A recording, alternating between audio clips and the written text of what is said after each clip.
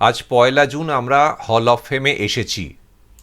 सेना का खाना पीना सोना उठना सब कुछ भारत माता ही है, इसलिए श्रद्धांजलि हमारी किसके साथ होगी? भारत माता की जयकारे के साथ होगी। लेकिन आपसे एक छोटी सी उम्मीद, आपका जयकारा इतना ऊंचा होगा कि आपकी आवाज आसमान में टकराने के बाद हमारे पूर्व और हमारे पश्चिम दोनों देशों को परेशान करे, उनके कानों में जाए कि भारतीय सेना नहीं, भारतीय नागरिक भी आपसे लड़ने के लिए सदैव तत्पर है। एक आदमी कोई भारत माता की बोलेगा, बाकी सभी जय बोलेंगे। भारत माता की जय, जोर से भारत माता की जय, भारत माता की जय। आप सभी का हाथ में भारत माता का जयकारा हमेशा हाथ को आसमान में। भारत माता की जय, भारत माता की जय, भारत माता की जय। हॉल ऑफ फेमेर ভিডিও এর চেয়ে ভালোভাবে শুরু করা যেত না ভারত মাতা কি জয়ের জয়ধ্বনি দিয়ে। হল অফ ফেমের পেছন দিকেতে এই যে জায়গাটা রয়েছে, প্রচণ্ড হাওয়া, তার মধ্যে আমাদের ত্রিবর্ণ রঞ্জিত জাতীয় পতাকা উড়ছে। এই জায়গাটাতে যেতে পেরে সত্যি খুব রোমাঞ্চিত হয়ে গেছিলাম। তার আগে যে কার্গিল সম্বন্ধে এত কিছু জানলাম, তার সঙ্গে যখন ছবি তুলতে পেরেছি, সেটাও আমাদের কাছে একটা দারুণ সৌভাগ্যের জিনিস মনে হয়েছে। এনার সঙ্গে আমরা ছবি তুলতে পেরেছিলাম। আর এই যে পোশাকগুলো রয়েছে, ভারতীয় মিলিটারি সৈনিকেরা এই পোশাকগুলো ওই ঠান্ডায় পরেন, সিয়াচেনে এই তাঁবুতে থাকেন এবং এই স্নো বাইক ব্যবহার করেন। এর বাইরে এই সৌর্যস্থলে কার্গিল যুদ্ধের সৈনিকদের শরীরের অংশবিশেষগুলো এখানেতে রয়েছে। কারুর কাটা হাত, কারুর কাটা পা, কারুর কিছু একটা শরীরের অংশ এখানেতে রয়েছে।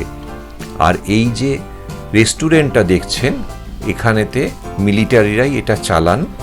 এই রেস্টুরেন্টে আমরা কিছু অল্প করে স্ন্যাক্স খেয়েছিলাম। ये जो मॉडल आप देख रहे हैं, यह एक टेरर मॉडल है। टेरर मॉडल, जैसा कि आप सभी जानते हैं, किसी भी देश की सेना कोई भी ऑपरेशन लॉन्च करने से पहले अपने देश के सैनिकों को उस इलाके के बारे में जानकारी देने के लिए तथा ऑपरेशन समाप्त होने के बाद उस ऑपरेशन की डीब्रीफिंग करने के लिए टेरर मॉडल का इस्तेमाल करते हैं। इस मॉडल पर लाल रंग से दिखाई गई रेखाएं इस इलाके की छोटी तथा बड़ी सड़कों को दर्शाती हैं। इस मॉडल पर ब्लू रंग से दिखाई गई रेखाएं इस इलाके की छोटी तथा बड़ी नदी नालाओं को दर्शाती हैं। इस मॉडल में एक मुख्य मार्ग जो कि श्रीनगर से जोजिला, द्रास, कारगिल होते हुए लेह को जुड़ती है।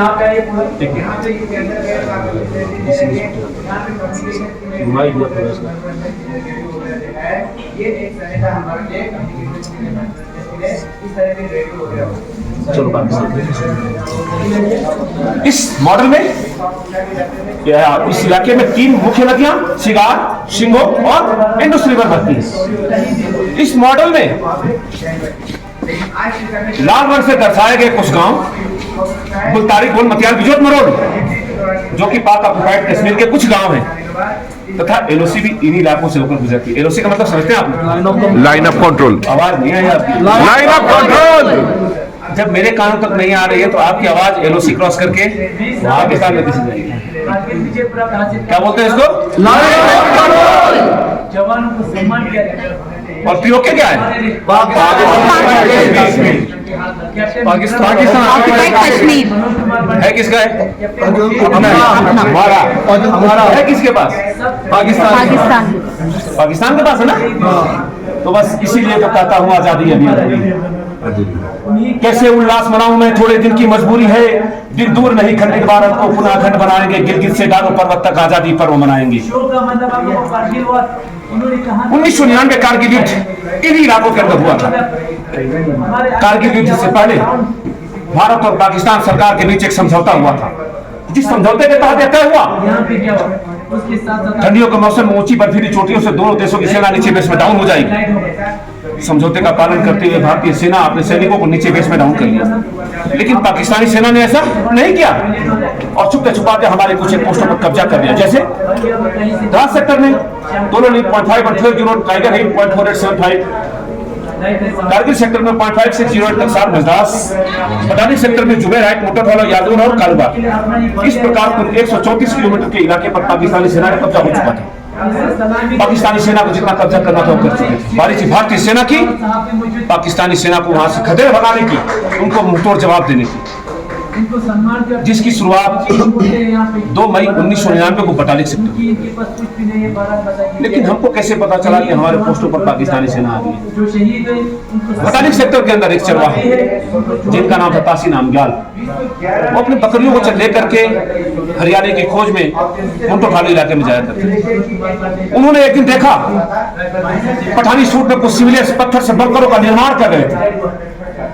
उन्हें देखने के बाद जब ऐसा एहसास हुआ कि ना ही ये भारतीय सेना है, ना ही ये भारतीय नागरिक है, ये पाकिस्तानी सेना या पाकिस्तानी नागरिक अपना ड्रेस बदली करके, अपना स्वरूप बदली करके भारतीय सरजमी पर कब्जा कर रहे हैं। तासी नामग्याल जी एक सच्चा और देशभक्त नागरिक होने के नाते यह खबर भारतीय सेना को बटालिक सेक्टर के अंदर, भारतीय सेना को बटालिक सेक्टर के अंदर खबर मिलते ही एक्टिवेट हो गई तथा 4 जाट रेजिमेंट के कैप्टन सौरभ कालिया के नेतृत्व में एक पेट्रोलिंग टीम भेजी गई। 11 लोगों की एक पेट्रोलिंग टीम गई तो, लेकिन लौटकर उसमें से एक भी वापस नहीं आया। इसके बाद बटालिक सेक्टर में एक ऑपरेशन लॉन्च किया। ऑपरेशन का नाम था ऑपरेशन सफेद सागर। इसे ऑपरेशन सफेद सागर इसलिए नाम दिया गया क्योंकि ज्यादा बर्फीली और ऊंची चोटियां होने की वजह से यहाँ पर भारतीय थल सेना और भारतीय वायु सेना दोनों का संयुक्त ऑपरेशन चलाया गया था। इस ऑपरेशन के तहत बटालिक सेक्टर के सारे पोस्टों को रिकैप्चर कर लिया गया, लेकिन कालूबाग 0.4812 के ऊपर अतः में साहस तथा वीरता का परिचय दिखाते हुए 1 बटा 11 गोरखा राइफल के कैप्टन मनोज कुमार पांडे वीर गति को प्राप्त हुए।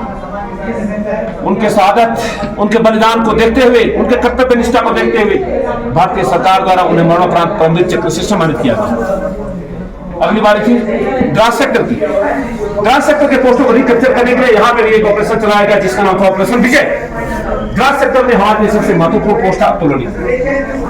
तोलोलिंग हमारे लिए महत्वपूर्ण इसलिए था क्योंकि तोलोलिंग से नेशनल हाईवे नंबर 1 दुश्मन की निगरानी में था।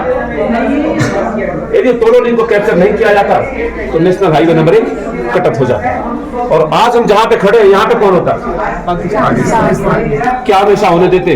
नहीं। क्या एक भारत का नागरिक ऐसा देखना पसंद करता? नहीं। ऐसा ना हो, इसी में इसे कैप्चर करने का टास्क 2 बटालियन राजपुताना राइफल के कैप्टन विजय थापर को दिया गया। कैप्टन विजय थापर अदम्य साहस तथा वीरता का परिचय दिखाते हुए जन्म जन्मांतर के लिए भारतीय तिरंगे को तोलोलिंग को फहरा दिए, लेकिन वीर गति को प्राप्त हुआ। ये वीर सपूत वीर गति को प्राप्त होने से मात्र एक दिन पहले अपनी अंतिम भावनाओं को, अपने अंतिम इच्छाओं को एक पत्र के माध्यम से लिखा। वो पत्र अपने मम्मी पापा के लिए लिखे। वो पत्र इस म्यूजियम में द लास्ट पोस्ट के नाम से लगाया गया है। जाने से पहले आप सभी देशभक्त नागरिक इस वीर सपूत की भावनाओं को अपने साथ संजो कर जरूर ले जाइए। इसके बाद अगली बारी थी 0.5140 जिसे भी कैप्चर करने का टास्क 13वीं battalion Jammu and Kashmir rifle के कैप्टन विक्रम बत्रा को दिया गया। इनका एक और भी नाम था, क्या था? शेरशाह। क्या था? शेरशाह। क्या था? क्या था? आपकी आवाज जानी चाहिए क्योंकि जब भाई साहब टाइमिंग बहुत जरूरी है, क्योंकि 1999 कारगिल युद्ध के दौरान पाकिस्तानी सेना के अंदर भी खलबली मची हुई थी कि शेरशाह कौन आ रहा। कैप्टन विक्रम बत्रा और शेरशाह अपने कंपनी के साथ 0.5140 की तरफ अग्रसर हो चुके थे।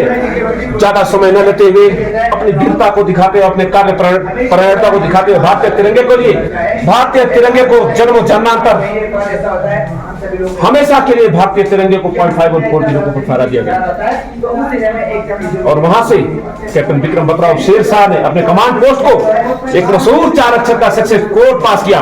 और सक्सेस कोड क्या था? दिल मांगे मोर। क्या था? दिल मांगे मोर। है दिल मांगे मोर। क्या था?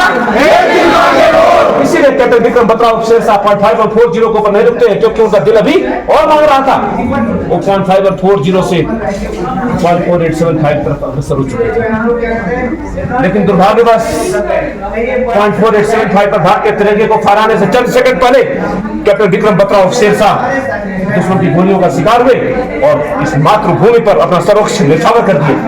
इस वीर सपूत की बहादुरी को देखते हुए भारतीय सरकार द्वारा इन्हें मरणोपरांत परमवीर चक्र से सम्मानित किया गया। लेकिन भारतीय सेना कभी रुकती नहीं है।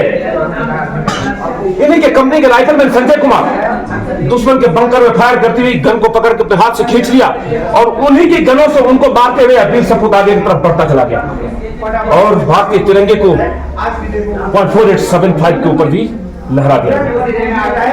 इस वीर सपूत की वीरता को देखते हुए इन्हें भी परमवीर चक्र से सम्मानित किया गया। राइफलमैन संजय कुमार आज भी भारतीय सेना में सूबेदार मेजर के पद पर सुशोभित है और राष्ट्रीय रक्षा अकादमी खड़गवासला के अंदर सेवारत है। उसके बाद अगली बारी थी असंभव प्रतीत होने वाली टाइगर हिल। मैंने बोला असंभव प्रतीत होने वाली, असंभव जरूर थी, लेकिन भारतीय सेना के लिए ना उस समय कुछ असंभव था, ना आज कुछ असंभव है, ना भविष्य में कुछ असंभव होगा। बस इसीलिए तो कहता हूं, हिम्मत वालों का डर से कोई वास्ता नहीं होता। हम कदम वहां रखते हैं जहां कोई रास्ता नहीं होता। टाइगर हिल तकरीबन 90 डिग्री के एंगल पर खड़ी चढ़ाई थी, जिसे रिकैप्चर करने का टास्क 8वां बटालियन ग्रेनेडियर्स रेजिमेंट के लेफ्टिनेंट बलवान सिंह को दिया गया। लेफ्टिनेंट बलवान सिंह घातक प्लाटून के प्लाटून कमांडर के रूप में अपने प्लाटून का नेतृत्व करते हुए, उनके हौसला को अफजाई करते हुए 3 दिनों तक बिना कुछ खाए पिए इस टाइगर हिल की तरफ चलते रहे। अंततः इनके प्लाटून का एक सिपाही ग्रेनेडियर जोगेंद्र सिंह यादव 17 गोलियां अपने सीने में खाने के बाद भी भारतीय तिरंगे को टाइगर हिल को फहराए और जीवित देश के अंदर वापस लौटे।